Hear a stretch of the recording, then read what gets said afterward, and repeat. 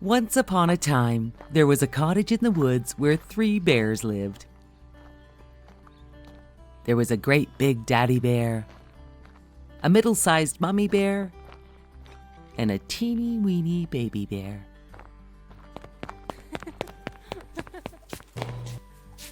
One morning, Mummy Bear made porridge for their breakfast. The porridge was too hot to eat. So they decided to go for a walk while the porridge was cooling off. A lovely girl named Goldilocks went for a walk into the woods. Even though her mother had warned her not to go for a walk alone because she could get lost. Goldilocks, with her long blonde braids, went for a long walk and soon came across the bear's cottage. Goldilocks had no idea who lived in this cottage. Goldilocks was tired after walking for so long, so she knocked on the cottage door to see if anyone was home. Goldilocks soon realized she was lost and she just needed to rest, and she needed a sip of water. No one was answering her knocks on the door. Then she realized the door was open. And when she looked into the cottage, she saw 3 chairs with 3 bowls of porridge in front of them. She was so hungry, so she tried the big bowl of porridge. "Ouch," she said. "This porridge is too hot." And then she tried the medium-sized bowl of porridge. "Ugh, this porridge is too cold," said Goldilocks. Then she tried the teeny-weeny bowl of porridge. This porridge is just right." Goldilocks ate all the porridge in the teeny-weeny bowl. She then looked around and saw 3 comfy chairs. First, she sat in the big chair. "Oh, this chair is way too big," said Goldilocks. Then she tried the medium-sized chair. "Oh no, this chair is still way too big." Then she tried the teeny-weeny chair, and it broke. Goldilocks was getting so tired, so she decided to take a look upstairs for somewhere to rest. She found a large bedroom with 3 different size beds. First, she tried the big bed and said, "Ouch, this bed is too hard." So she tried the medium-sized bed. "Oh, this bed is way too soft," said Goldilocks. Then she tried the teeny-weeny bed. "Ah, this bed is just right." Goldilocks found it so comfortable, she closed her eyes and fell asleep. Meanwhile, the 3 bears were returning from their walk.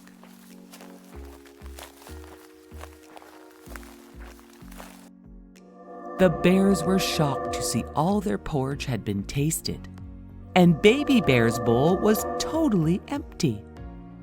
Then they noticed someone had been sitting in their chairs, and Baby Bear's chair was broken. The 3 bears walked upstairs. Daddy Bear said, "Who's been sleeping in my bed?" Mummy Bear said, "Who's been sleeping in my bed?" Baby Bear said, "Who's been sleeping in my bed? And they are still here." Just then, Goldilocks woke up and saw the 3 bears.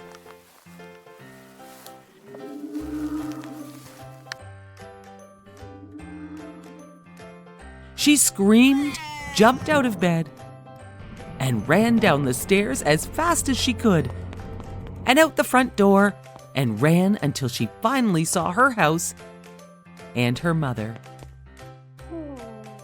Goldilocks promised her mother she would never go to the forest by herself again. Goldilocks told her mom how she had become lost and found a cottage that 3 bears lived in. She told her mom that she was scared by the bears and she ran away. She never wanted to feel scared by the bears again,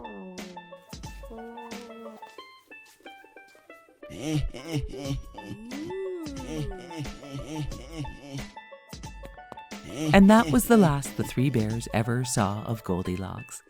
The end.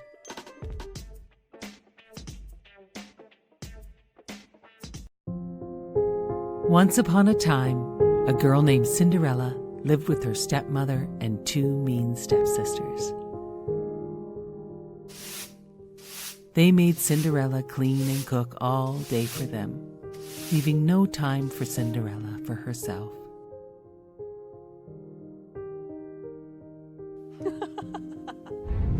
One day, the king and queen of their village announced a grand ball for all the young ladies to attend. It was time for their son, the prince, to find a bride. Cinderella had to help make dresses for her mean stepsisters. She had no time to make a dress for herself. She worked hard on the dresses for her stepsisters, and they just made fun of her. "Hurry up," said the stepmother. "I am trying very hard," said Cinderella, "as I want to get my dress started too." The stepsisters laughed and said, "Imagine Cinderella at the ball in her torn, raggedy dress." Cinderella just kept working to finish the stepsisters' dresses. On the night of the grand ball, a fine carriage picked up the stepsisters and stepmother, but left Cinderella behind to do her chores. Cinderella had no dress anyway. She had no time left after making the stepsisters' dresses to make her own. She waved goodbye and said aloud, "I wish I could go to the ball." Then, poof! All of a sudden, a fairy godmother appeared. Cinderella could not believe her eyes. "Who are you?" said Cinderella. "Well, I am your fairy godmother, and I will grant your wish to go to the ball." "But what will I wear?" said Cinderella, "and how could I ever get there?" Then, poof! With a touch of her magic wand on Cinderella's head, Cinderella was dressed in the finest ball gown and special glass slippers that fit only her. Cinderella looked at herself and could not believe it. "But how will I ever get there?" said Cinderella. And then, poof! With the touch of her magic wand, the most beautiful carriage was waiting to take Cinderella to the ball. "Have a wonderful time," said the fairy godmother. "But remember, Cinderella, at midnight, everything goes back to the way it was before." Cinderella promised her fairy godmother she would leave the ball by midnight. Cinderella went off to the ball. She met the prince and they danced all night. They danced, and they were having such a great time that Cinderella did not notice the time was slipping away. Dong! The clock rang. It was going to be midnight. Dong! Cinderella had to leave. The prince begged her to stay. She ran up the ballroom stairs, and one of her glass slippers fell off her foot. "Please stay," said the prince. "We have just met." "Goodbye," she said, as she waved to the prince, and she slipped into her carriage and was whisked away. The prince was left standing on the ballroom stairs, holding Cinderella's glass slipper that had fallen off her foot. The prince knew he must find her by matching the glass slipper to the fair maiden Cinderella who fit that special shoe. The next day he visited all the fair maidens and finally found Cinderella, who fit the glass slipper perfectly. Her stepmother could not believe it. "How can this be?" said the stepmother. "I can't believe this," said one stepsister. Cinderella fits the slipper?" said the other stepsister. The prince knew he had found his bride. Cinderella pulled the other glass slipper from her pocket. He said, "Come with me to live in my castle, my future bride."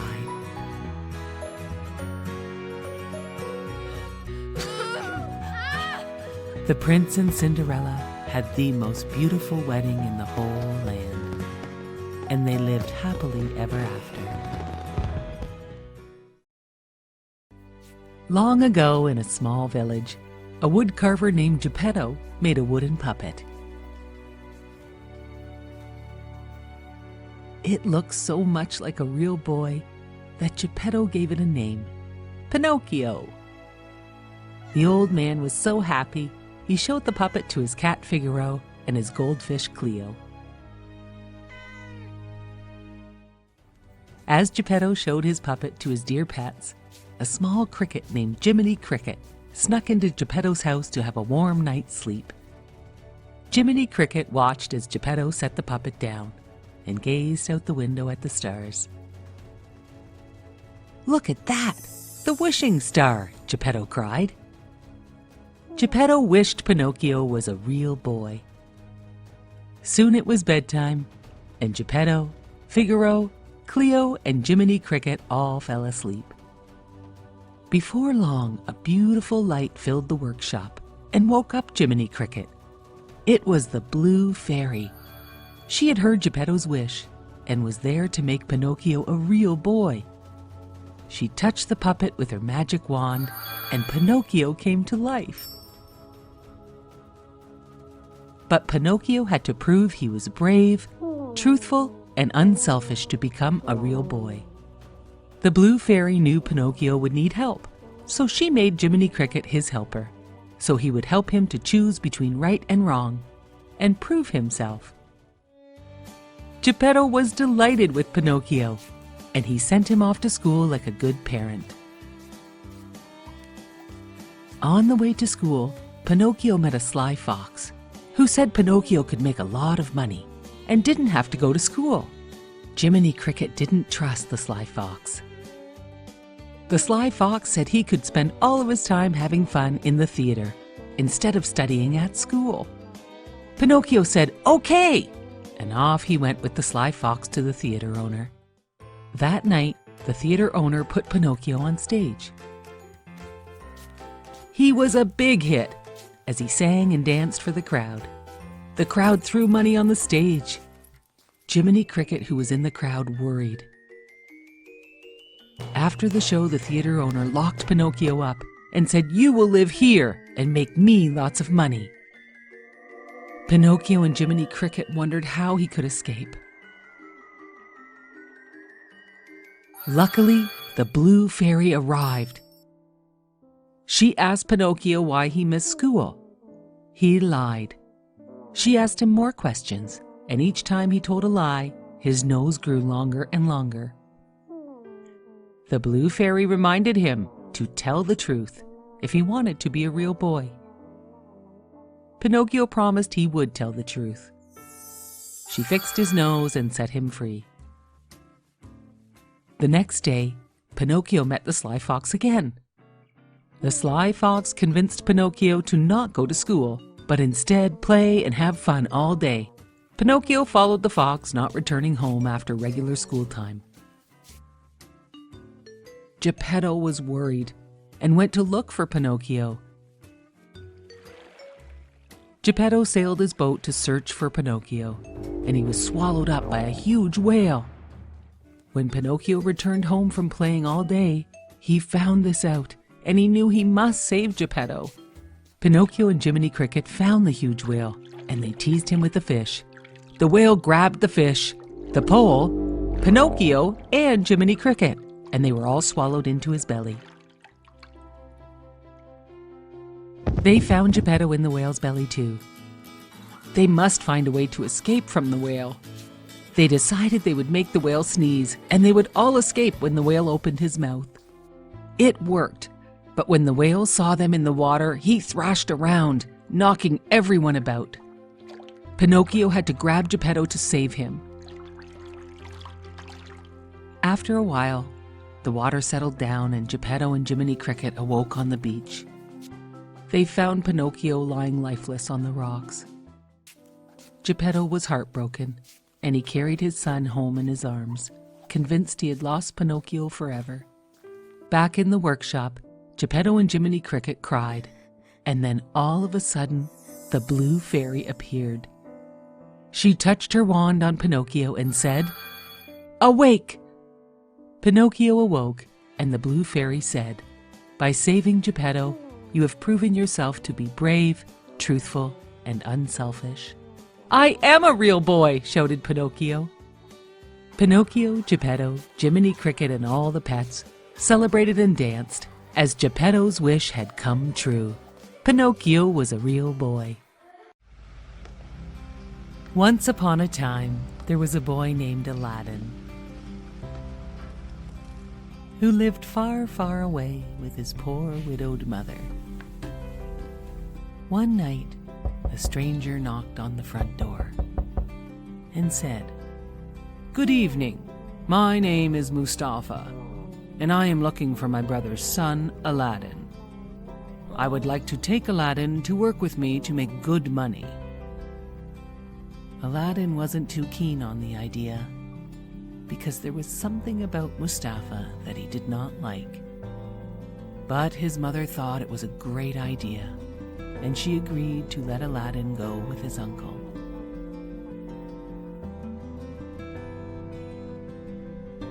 Aladdin and his uncle walked for a full day into the desert until they reached a cave with a small entrance. Mustafa was too big to fit through the entrance, so he asked Aladdin to go inside. Aladdin did not trust him and was afraid he might block him in. But his uncle told him there were gems and gold inside the cave. Mustafa told Aladdin he could take as much as he wanted. Mustafa only wanted an old lamp from inside the cave. So Aladdin went inside. Aladdin could not believe his eyes when he entered the cave. It was full of treasures. He started filling his pockets with diamonds and rubies and emeralds. He also found a gold ring that fit his finger perfectly. Finally, he found the lamp Mustafa had asked for. He yelled for Mustafa to help him out. But Mustafa said he wanted to see the lamp first. Aladdin did not trust him, so he refused to let him see the lamp. Mustafa was angry and said, "I am not your real uncle, and I don't care about you, Aladdin. Since you won't give me the lamp, I will block the cave entrance with this huge rock." Mustafa left Aladdin inside. Aladdin sat crying with the lamp inside the cave. "Stupid old lamp," he said. "It is not even real gold." He rubbed the lamp a little to wipe off the dust. And all of a sudden, poof! A genie came out of the lamp. "Master, I will grant you 3 wishes," said the genie. Right away, Aladdin said, "Take me home." And poof, Aladdin was at home. His mother almost fainted at the sight of Aladdin. He told her about Mustafa and the cave full of treasures. Aladdin rubbed the ring he had put on his finger, and a second genie appeared. "Master, I can grant you 2 wishes," said the genie. Aladdin wished for a grand palace and enough wealth for him and his family to be rich forever. All of a sudden, Aladdin and his mother had a beautiful palace filled with riches. One day, Aladdin was walking through the city when he saw the most beautiful girl. he fell in love with her at first sight. She was the Sultan's daughter, Yasmin. Yasmin loved Aladdin too. Aladdin went to ask the Sultan if he could marry Yasmin, and the Sultan said yes. After many years, the Sultan died, and Aladdin ruled the country. This news reached Mustafa.